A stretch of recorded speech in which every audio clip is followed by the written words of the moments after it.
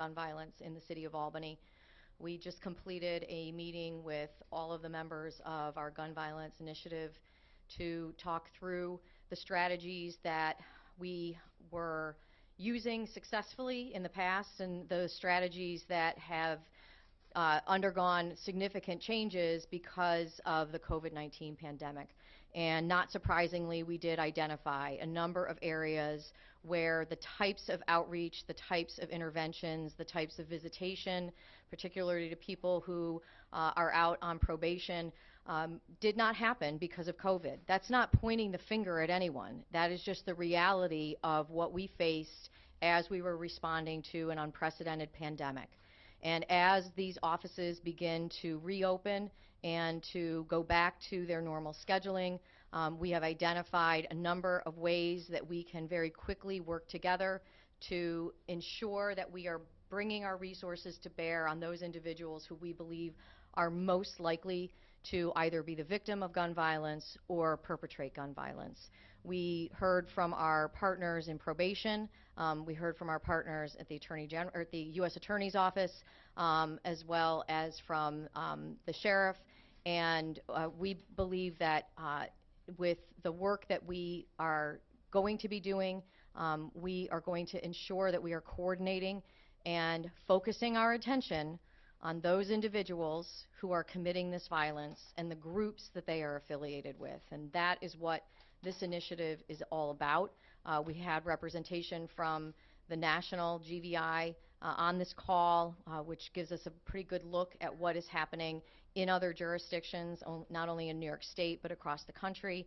And as a result of that, we believe that we have identified some areas where there were gaps, and those gaps are going to be filled, and we're going to continue to ensure that we're doing all that we can to keep our community safe. And with that, I'll turn it over to the Chief. All right, thank you, Mayor. So we made a tremendous amount of progress with some of the violence that we've been seeing in our community. I first want to thank the Albany County Sheriff's Department and the State Police for offering and answering our call for some assistance in our community. Now, this is going to help us out tremendously in terms of getting some additional police presence in our neighborhoods. It will allow us to have some of our officers who are completing administrative duties right now to actually get out into the street and help us with some of the issues that we're having out there. And so we're extremely thankful for that help that we got from those agencies. And we also have a tremendous amount of help from agencies at the federal level as well. And they've offered intelligence and resources and staffing as appropriate as well. And to the community, I think it's important for our community to know that what we're seeing right now, as the mayor alluded to, is a very small group of individuals who are responsible for a large percentage of the violence that we're seeing in our community. The violence that we're seeing is appalling. It's unacceptable, and it will not be tolerated. We've identified some of the groups that are involved. We have an idea of what some of the underlying issues are, and right now we are in the enforcement mode. As the mayor alluded, we had 3 months where we were not able to operate as we usually would, and it wasn't anybody's fault. It simply was not safe to operate as usual. And so we had a number of individuals in this community who seized an opportunity to engage in this sort of violence. And we have identified them. We are going to bring those individuals to justice. The threat of jail time is a powerful deterrent. And we are going to get that out there so that people know that this sort of violence is not acceptable in our community. And also, as we move forward, it's important that we address the root causes of some of the issues that we're seeing.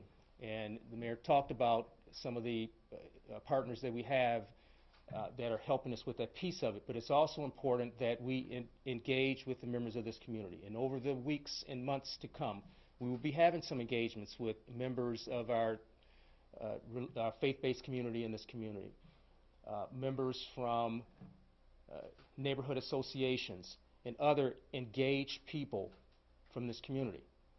And we're going to strengthen those ties. Because just like everything else, over these last 3 months, we have not had an opportunity to engage as we usually would with a lot of these groups and organizations within our city. Thank you. So I want to close by also really putting a call out to the community. This is the beginning of summer. We are really in the early stages of summer. It is going to be a summer like none other. It is going to be a summer when we have young people who spent the last 4 months at home. They spent those 4 months away from their friends, from their teachers, from trusted adults, from their coaches, from positive influences that they had in their lives. And so we need everybody to be coming together to utilize whatever resources they have at their disposals, whether it's our churches, whether it is community-based organizations, to ensure that we are engaging young people and keeping people engaged this summer. And so I can't stress enough that, first of all, we have funding that is available through CDBG, and those funding grant applications are open and available on our website. So please take advantage of this. This is not something that any one entity can do or deal with on their own. We need all of our organizations to be working together to address and ensure that we are helping our kids and providing for what our summer is going to look like. We need people engaged. We need them involved. And one of the examples I'll give is that there is an individual who is in Washington Park for free doing skills and drills and fitness classes for people, stepping up voluntarily. We want to ensure that we have these trusted leaders, whether they be coaches, teachers, people in the community who young people trust, stepping forward and talking about what they can do and what resources they would need in order to be able to accomplish that. Because that is going to be a really important element this summer going forward. We cannot pretend that COVID didn't happen.